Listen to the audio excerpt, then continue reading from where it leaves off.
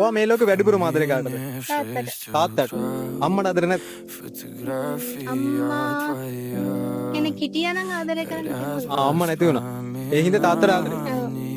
අම්මා ගැඩුවත් දැන් තාත්තා බොරවනනේ. ඔයා ඉගෙන ගන්න ඉවරලා. තාත්තා වෙනුවෙන් අවසාන අවතර මොනවද කරන්න බලාපොරොත්තු වෙන්නේ? එයා මං වෙනුවෙන් බලාපොරොත්තු වෙන හැමදේම එයාට ලැබෙන්න සලස්සනවා. ලැබෙන්න සලසනවා. බොයිෆ්‍රෙන්ඩ් කෙනෙක් ඉන්නවද? නෑ. දැන් බැරි වෙලා බොයිෆ්‍රෙන්ඩ් කෙනෙක් හම්බෙලා. තාත්තා ගාව ඉන්න නැතුව එයා ගාවට එන්න ගියොත් ඔයා මොකද කරන්නේ? බොයිෆ්‍රෙන්ඩ්ට අයින් වෙන්න කියනවා මං තාත්තා ගාව නතර වෙනවා. තාත්තා ගාව නතර වෙනවා. දැන් බැරි වෙලාවක් තාත්තවත් බලන්න ඔයාවත් බලාගෙන දෙන්න බලාගෙන ඉන්න වගේ බොයිෆ්‍රෙන්ඩ් කෙනෙක් හම්බුනොත් ඔයා මොකද කරන්නේ? පිළිගන්න අවස්ථාවක් තියෙනවා බලාගත්තු පමණින්ම ඒක තීරණය වෙන්නේ නැහැ. ඔව් එහෙම තීරණය වෙන්නේ නැහැ. ඒකින්ද ඔයා තාත්තව අතරින්න නැහැ කොයි මොහොතවත්. කවදාවත් නැහැ. එහෙනම් අනිවාර්යෙන් තාත්තා බලන්න සතුටින් ඉන්න ඕනේ. අනිවාර්යෙන්. දුක හිතේ කොටේ කොමද කිසිද